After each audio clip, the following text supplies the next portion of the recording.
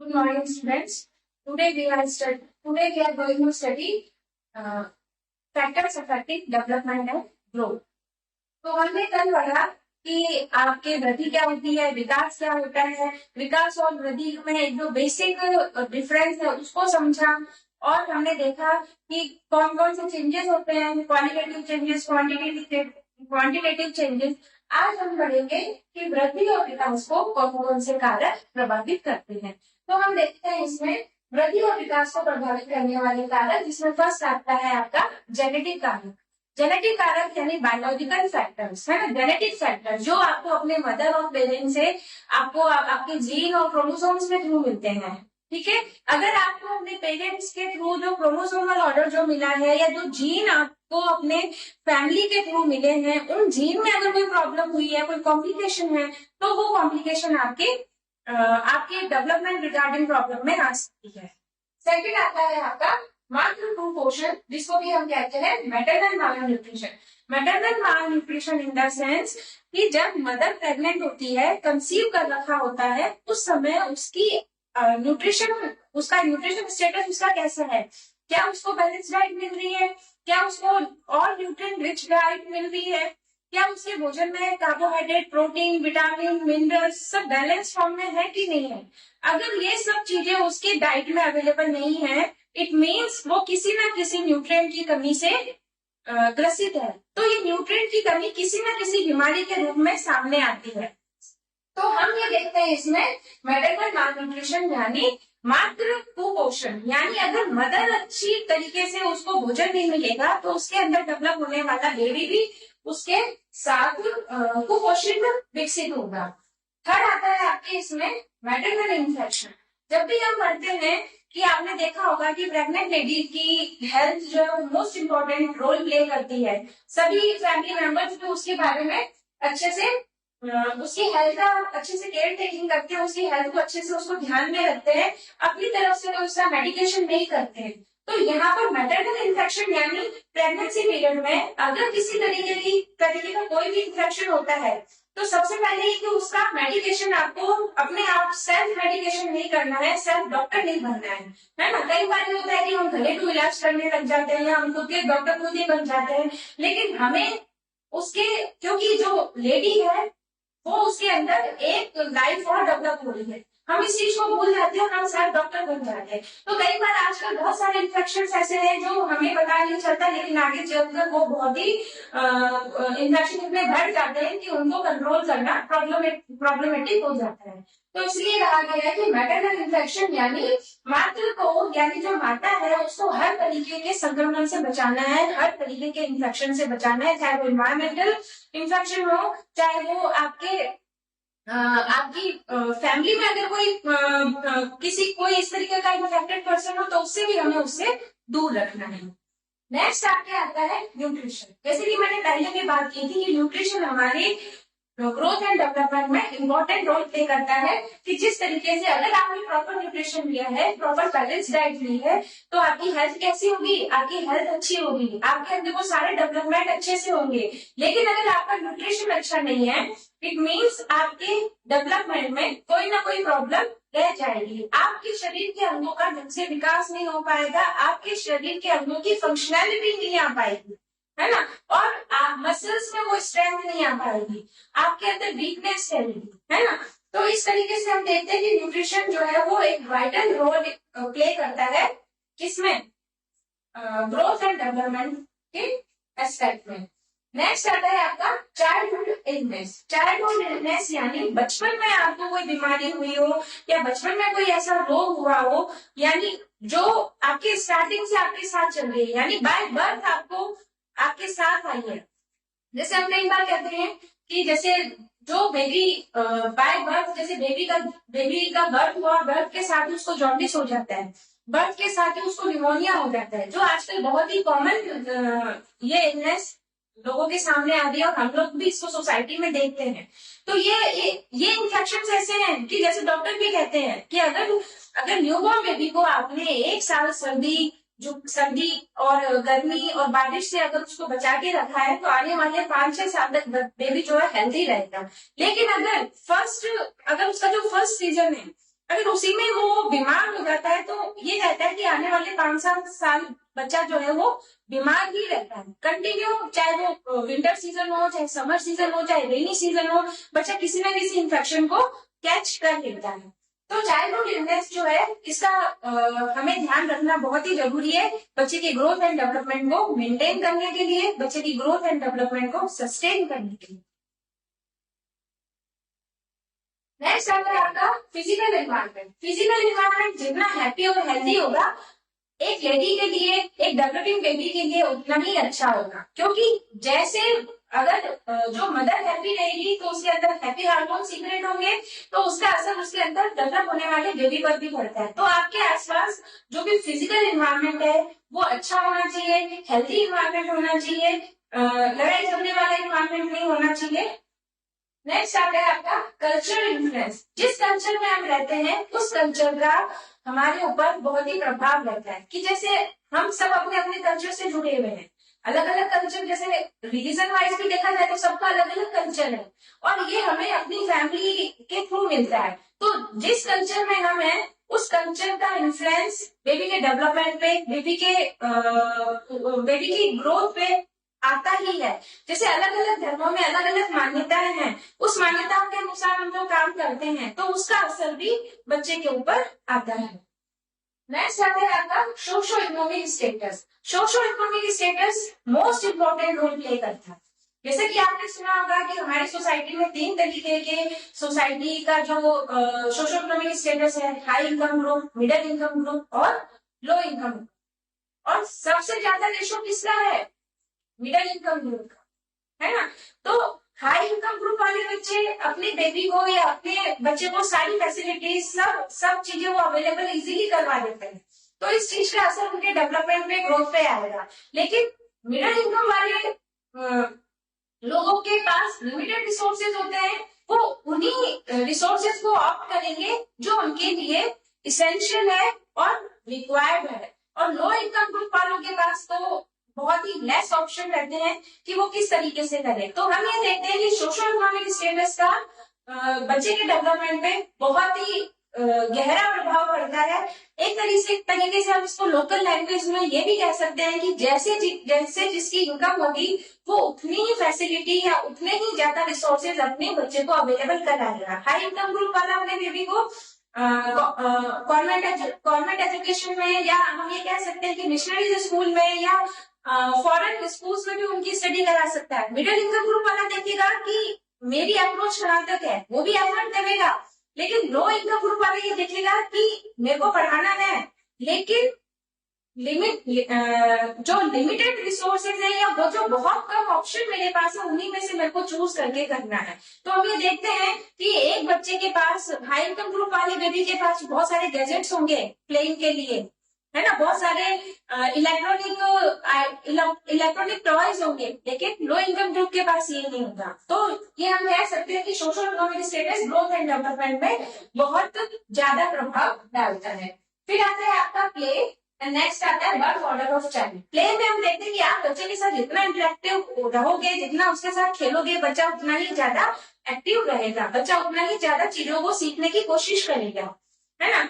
और इसके बाद आता है आपका बर्थ ऑफ द चाइल्ड, यानी फैमिली में बच्चे का ऑर्डर कौन सा है। बच्चा अगर फर्स्ट ऑर्डर पे आया है तो सबका सेंटर पॉइंट ऑफ अट्रैक्शन बच्चा रहता है। उस समय उस बेबी को वो सारी फैसिलिटी, सारी सुख सुविधाएं, सारे रिसोर्सेज मिलेंगे। लेकिन सेकंड ऑर्डर या थर्ड ऑर्डर में आते आते वो रिसोर्सेज या वो लिमिटेशंस होती जाती है। क्यों? क्योंकि फर्स्ट बेबी का हम ये कह सकते हैं कि फैमिली में सबको चार्म रहता है, सबके लिए वो अट्रैक्शन रहता है। लेकिन धीरे धीरे जब फैमिली रिस्पॉन्सिबिलिटी बढ़ती जाती है तो फैमिली में एज ए पेरेंट उन्हें वो सारी फैसिलिटीज अपने सभी बच्चों को अवेलेबल करवानी होती है। तो ऑर्डर का जो हम ये कहते हैं कि प्रभाव ग्रोथ एंड डेवलपमेंट पे आता है। नेक्स्ट हम देखते हैं वेट, है ना। अभी फिजिकल डेवलपमेंट में हम देख रहे हैं कि जन्म के समय बच्चे का वेट कितना होना चाहिए। एक आइडियल हम वेट देखते हैं तो जन्म के समय बर्थ वेट जो होता है बच्चे का 3.5 kg बच्चे का वेट होना चाहिए, है ना। और लगभग हम इसको लिमिटेशन में देख सकते हैं कि 2.5 से लेके 3.5 का जो बेबी है वो आपके उसमें नॉर्मल वेट कैटेगरी में आएगा। ठीक है, नेक्स्ट आता है आपका कि बर्थ वेट जो है वो आपका बर्थ वेट जो आपकी इनिशियल स्टेज में बाय बर्थ के टाइम जो टाइम है वो आपका 1 साल के अंदर अंदर कैसा हो जाता है, आपका 3 टाइम्स जो है वो इंक्रीज हो जाता है। ठीक है, नेक्स्ट आता है आपका length and height. Length and height में हम देखते हैं कि एक न्यूबॉर्न बेबी की लेंथ जनरली कितनी रहती है, आपके 50 सेंटीमीटर रहती है ना।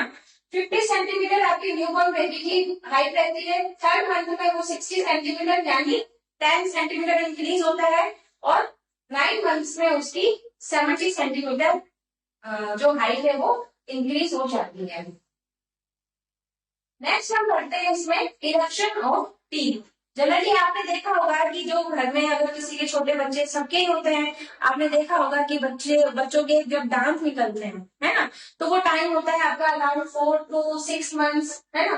तो जनरली जो है वो 6 to 7 मंथ के अंदर बच्चों के दांत निकलना स्टार्ट हो जाते हैं, जिसको कि हम कहते हैं इरेक्शन ऑफ टीथ।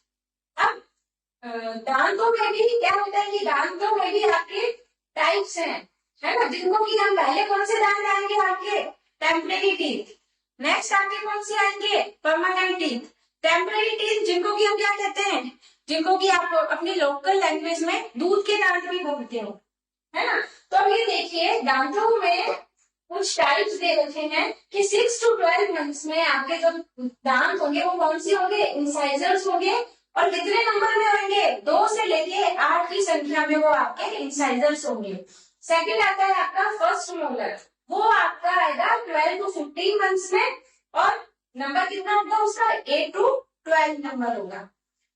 थर्ड आता है आपका कैनाइन्स, वो होंगे आपके 15 to 24 मंथ्स में, जिसको कि हम कहते हैं कि काटने वाले कृंतक जिनको हम हिंदी में बोलते हैं, वो उनकी संख्या होगी आपकी 12 से 16 और 24 to 30 मंथ्स यानी लगभग 2 साल की अवस्था में सेकेंडरी मोलर आ जाएंगे और उनका नंबर रहेगा आपका 16 to 20। तो इस तरीके से हमने देखा कि जो टेम्परेरी टीथ है वो किस तरीके से बच्चे के अंदर डेवलप होते हैं। नेक्स्ट हम देखते हैं परमानेंट टीथ। परमानेंट टीथ का स्टार्ट कब से हो जाता है आपका 6 to 7 ईयर्स, जब पहली बार उसके परमानेंट टीथ निकलने परमानेंट टीथ आते हैं, उनका नंबर रहता है आपका 24। फिर आता है आपका 7 to 10 ईयर्स में रिप्लेसमेंट ऑफ टेम्परेरी, जिसको कि आप कहते हो कि दांत का गिरना या दांत का टूटना, यानी हमारे दांत जो हमारे पहले जो फर्स्ट टाइम जो दांत आए थे, दूध के दांत आए थे, वो यहाँ पर टूटना स्टार्ट हो जाते हैं।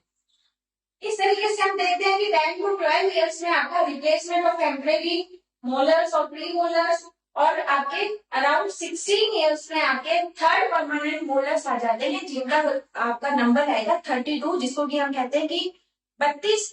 जनरली हम क्या कहते हैं कि दांतों की संख्या कितनी होती है, 32 होती है, वो हमारे जो परमानेंट टीथ होती है उनकी होती है। क्लियर? इस तरीके से हमने देखा कि आपने देखा कि शारीरिक विकास के अंदर कौन कौन से फैक्टर्स आते हैं। अब हम देखते हैं motor development.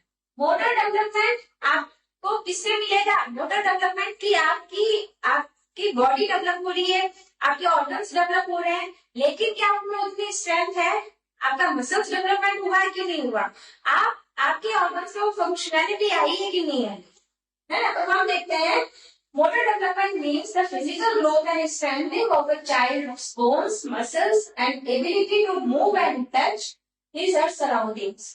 A child's motor development falls into 2 categories, fine motor and gross motor, है ना। जैसे पहले भी बात की है कि आपके मसल्स के अंदर स्ट्रेंथ आई है कि नहीं आई है, आप किसी चीज को आप अपने ऑर्गन्स को अच्छे से मूव कर रहे हो कि नहीं कर रहे हो। जैसे बॉल थ्रो की तो आप बॉल को कैच कर रहे हो, बॉल को किक मार रहे हो लेग से, वो आपसे हो पा रहा है कि नहीं हो पा रहा। तो इस तरीके से हम देखते हैं मोटर डेवलपमेंट को 2 तरीके का होता है। फर्स्ट होता है आपका फाइन मोटर स्किल्स, जिसमें बहुत ही आपकी जो सूक्ष्म आपकी बॉडी के जो सूक्ष्म पार्ट होते हैं, जैसे एक पूरा हाथ हिलाना और एक सिर्फ फिंगर्स का मूवमेंट करना, वो होता है आपका फाइन मोटर।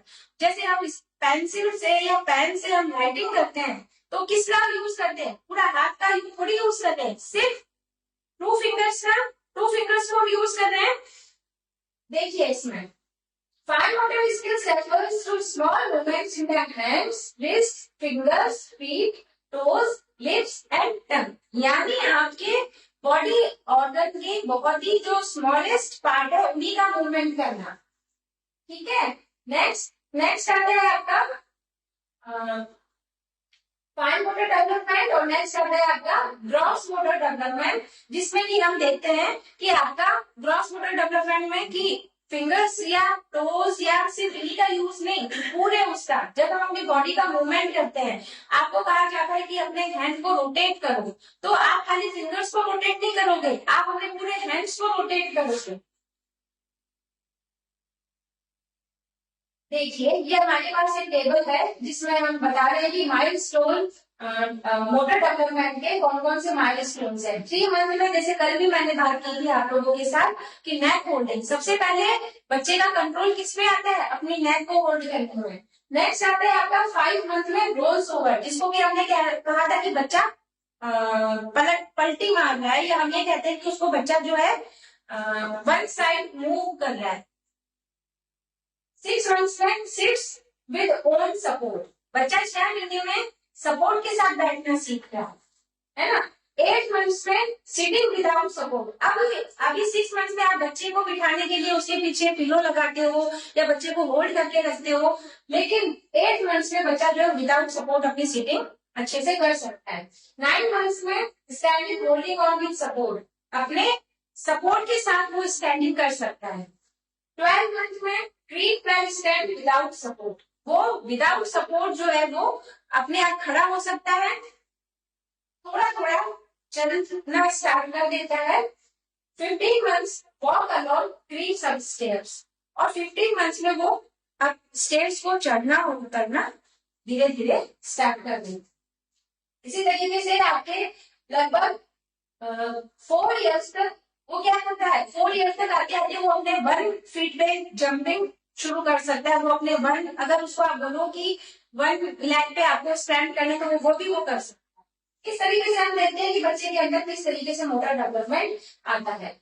इसी तरीके से फाइन मोटर डेवलपमेंट की है, जिसके कि हम बच्चे को कहते हैं कि हैंड्स के थ्रू किसी ऑब्जेक्ट को होल्ड करना है, तो बच्चा क्या करेगा, अपने फिंगर्स वाले पार्ट को आगे करेगा, है ना। इसी तरीके से हम कहते हैं कि अगर सिर्फ 1 हैंड से बच्चे को बॉल कैच करनी तो बच्चा केवल अपना 1 हैंड ही यूज करेगा। नेक्स्ट आता है आपका 2 years तक आते आते बच्चा क्या करने लग जाएगा, अपने बिल्डिंग ब्लॉक्स के थ्रू अलग अलग शेप्स वगैरह बनाना स्टार्ट कर देता है। 3 years में क्या आ जाएगा, वो सर्कल्स को कॉपी करने लग जाएगा, कॉपीज को क्रॉस करने लग जाएगा, और कॉपीज के अंदर ट्राइंगल भी वो बनाना सीख जाता है। अब ये ट्राइंगल को बनाना, सर्कल को बनाना, क्रॉस करना, इसमें कौन सी मसल्स यूज हो रही है, हमारी फिंगर्स वाली मसल्स, जिसको कि हम कहते हैं फाइन मसल्स। ओके, इसी तरीके से हम आगे बढ़ते हैं। हम देखते हैं कि बच्चे का सामाजिक विकास या बच्चे के अंदर सोशल डेवलपमेंट किस तरीके से होता है। सोशल डेवलपमेंट कैसे डिफाइन करोगे कि हम दूसरों के साथ हम कैसे इंटरेक्ट करते हैं, किस तरीके से बात करते हैं, कैसे अपने नोन पर्सन को देखकर हम खुश होते हैं, स्माइल पास करते हैं। देखिए, दूसरों के साथ सकारात्मक और सुखद संबंध बनाने की क्षमता का सामाजिक विकास के रूप में जाना जाता है। इसमें मूल्यों, ज्ञान और कौशल को सीखना शामिल है। ये कौशल बच्चों को अपने परिवार, स्कूल और समुदाय के साथ प्रभावी ढंग से जुड़ने में सक्षम बनाते हैं। यानी आपके घर में कोई गेस्ट आए, आपने उनको, आपके घर में कोई गेस्ट आए, आपने उनको उनका वेलकम किया, जो भी आपकी अभिवादन शैली है, नमस्ते, नमस्कार या प्रणाम कर या पैर छूकर, तो ये सारी चीजें क्या है, ये सारी चीजें सामने वाले पर्सन के ऊपर भी इम्पैक्ट डालती है कि हाँ बच्चा कितना संस्कारी है, बच्चे के अंदर कितने सोशल एटिकेट्स हैं, है ना। जैसे कि हमने यहाँ पे पढ़ा हमने सकारात्मक और सुखद संबंध। अगर हम किसी को अच्छे से ग्रीट करते हैं, किसी से अच्छे से बातचीत करते हैं, तो हमारे अंदर वो पॉजिटिविटी आती है, सामने वाले पर्सन के अंदर भी पॉजिटिविटी जनरेट होती है कि हाँ ये इनके साथ बातचीत करनी चाहिए। तो हम सोशल डेवलपमेंट कह सकते हैं कि हम अपने आप को किस तरीके से प्रेजेंट करते हैं दूसरों के सामने, एक तरीके से वो आपका सोशल डेवलपमेंट है। अब हम देखते हैं कि इसकी क्या क्या इंपॉर्टेंस है सोशल डेवलपमेंट की। It increases child's capacity to be successful. अगर आप अच्छे से बातचीत करते हो तो आपको किसी प्रॉब्लम का सॉल्यूशन निकालने में प्रॉब्लम नहीं होगी, आपको लोगों से बातचीत करने में हेजिटेशन नहीं होगी, आप अपने प्रॉब्लम का सॉल्यूशन निकाल लेंगे, है ना। और अपने फेलियर के चांसेस को आप कम कर देते हो। क्यों? जब तक हम इंटरेक्शन नहीं करेंगे, कम्युनिकेशन नहीं होगा, इंटरेक्शन नहीं होगा, तो हमारी प्रॉब्लम का सॉल्यूशन नहीं निकलेगा। तो सोशल डेवलपमेंट अपने आप में हमको क्या सिखाता है कि आपको कम्युनिकेशन करना है, इंटरेक्टिव बनना है। नेक्स्ट आता है it enhances mental health, success at work and the ability to be useful citizen. आप कहीं पे भी जाओगे, ट्रेन में जाओगे, बस में जाओगे, तो आपके साथ जरूरी नहीं है एनी टाइम आपके फैमिली मेंबर्स हों, लेकिन बाहर भी हमें कम्युनिकेशन करना है, बाहर भी हमें लोगों से बातचीत करनी है। तो हमारा कम्युनिकेशन या हमारी बातचीत किस तरीके से हो, वो हमारे सोशल डेवलपमेंट को डिनोट करती है। नेक्स्ट आता है social skills include various abilities such as communications, problem solving, decision making, self management, peer relation। जैसे भी अभी मैंने बात की थी कि कम्युनिकेशन इंपॉर्टेंट रोल प्ले करता है आपके इसमें सेल्फ मैनेजमेंट, कि अगर आपके अंदर सोशल डेवलपमेंट है तो आप किसी भी कंडीशन में, किसी भी सिचुएशन में अपने आप को अच्छे से मैनेज करके चल सकते हो। आपके पीयर रिलेशंस यानी आपका फ्रेंड सर्कल अच्छा होगा, आपके फ्रेंड सर्कल का दायरा बड़ा होगा। लेकिन अगर आप इंट्रोवर्ट है, आप बातचीत नहीं करते हैं, तो आपका फ्रेंड सर्कल का दायरा छोटा होगा। तो जब भी हमें सोशल होने के लिए हमें मोर इंटरेक्टिव होना चाहिए, मोर कम्युनिकेशन हमें करना चाहिए, और लोगों से जितना हो सके उतनी बातचीत हमें करनी चाहिए। कौन कौन से की फैक्टर्स हैं इसमें, कौन कौन से की फैक्टर्स हैं जो सोशल डेवलपमेंट को डिनोट करते हैं। 2 मंथ्स में सोशल स्माइल। बच्चा क्या करता है, बच्चा स्टार्टिंग में बोलना नहीं जानता, लेकिन वो अपने स्माइल के थ्रू सोशल डेवलपमेंट को डिनोट कर रहा है कि सामने वाला पर्सन को देखकर वो खुश हो रहा है, वो हैप्पी हो रहा है, उसकी कंपनी को वो एंजॉय कर रहा है।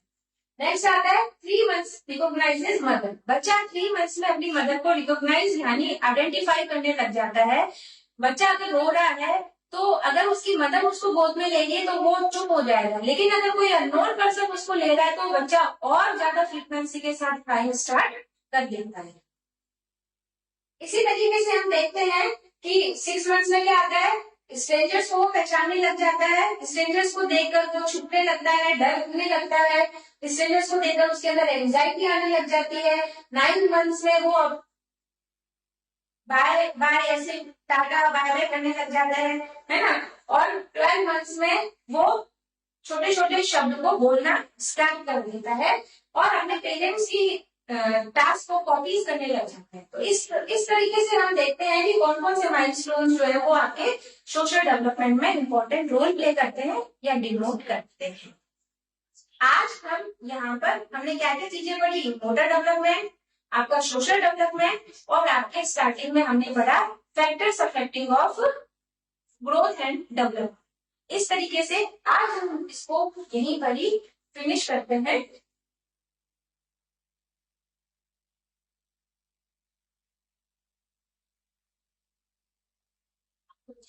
इस तरीके से आपको अगर कोई भी कंफ्यूजन हो, कोई भी अगर क्वेरी हो तो हम पूछ सकते हैं।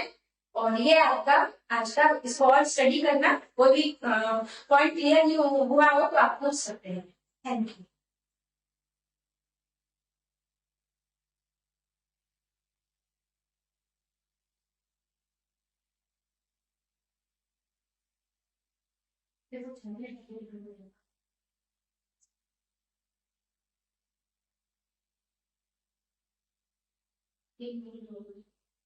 आपको आप बोल रहे हो खत्म हो गया तो इसको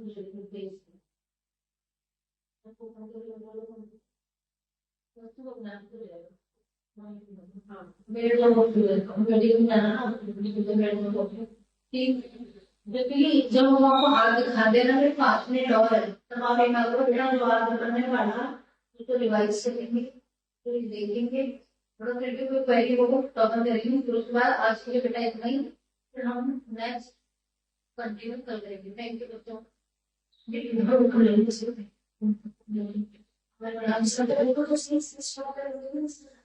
स्नैप हो जाएगा 30 मिनट का हो गया ना। 30 मिनट हो गया लेकिन 3 मिनट आपको ये बोलना था नहीं क्या अगर कोई भी तो यार प्रॉब्लम आपने रुका बोला तो आगे का बोल देना। हो गया आपका मीटिंग में जाने का लेकिन लास्ट को ये लाइन में 3-4 लाइन ये बोल रहे थे एक भी लाइन नहीं है जाओ ना 10 हो गया 10 निकलते हो बोलना सर आप कितना काम कर रहे हैं हम और कितना करें हाँ ठीक है करने के लिए तो करना पड़ेगा ना। नहीं वो हो गया अपना नहीं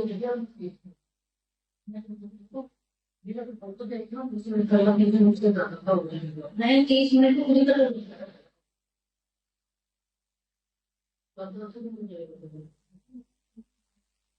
आप मुझे प्रोफेशनल एम्ब्रॉयडरी करनी है तो जब हमको बोल बोला कि ना उनको बोल दे जाओ कि मेरा हो गया है अब अंकिता मैम अपना पूरी करके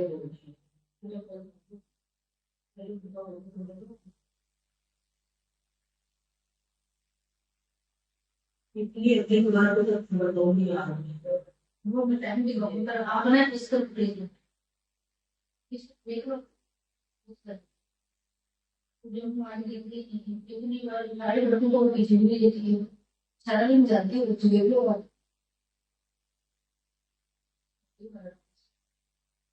तेईस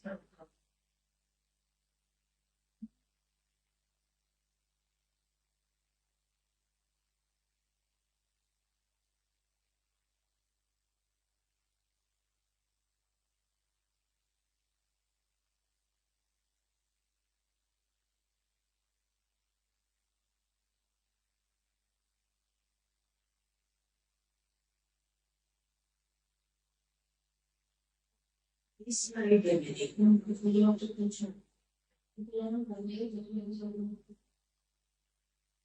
मैं अपना आपको अपनी बैग को लगे जैसे अपनी वापस बोलना पड़ेगा समय स्टार्ट फाइल वापस स्टार्ट तो होगा मेरे पास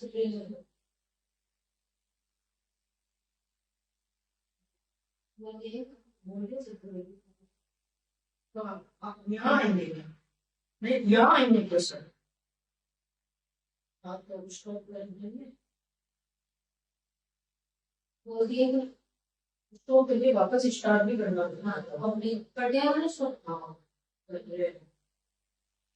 तो फोन करना पड़ेगा कि हम लोग स्टार्ट करो तो देखिए बोलना तो समझ नहीं अरे रुको ना हो पहले सब देखो मुझे कितना लेना है